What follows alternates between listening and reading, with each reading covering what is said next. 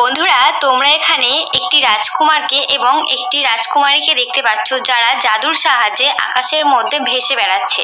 আর আজকে তোমাদের প্রশ্নটি হলো, এখানের মধ্যে কোন রাজকুমারটি আসল জাদুকর?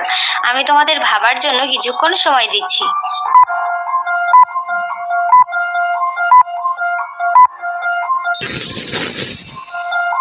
তো বন্ধুরা, তোমরা কি বুঝতে পারলে এখানে কোন রাজকুমারটি আসল জাদুকর? যদি বুঝে থাকো তাহলে ঝটপট কমেন্টে জানিয়ে ফেলো। আর যারা এখনো বুঝতে পারোনি তাদেরকে আমি উত্তরটা ভিডিওর শেষে বলে দিচ্ছি। কিন্তু তার আগে প্লিজ আমার ভিডিওটাতে একটা লাইক দিয়ে চ্যানেলটা এক্ষুনি সাবস্ক্রাইব করে রাখো, আরো এরকম ধরনের মজার মজার ভিডিও পেতে।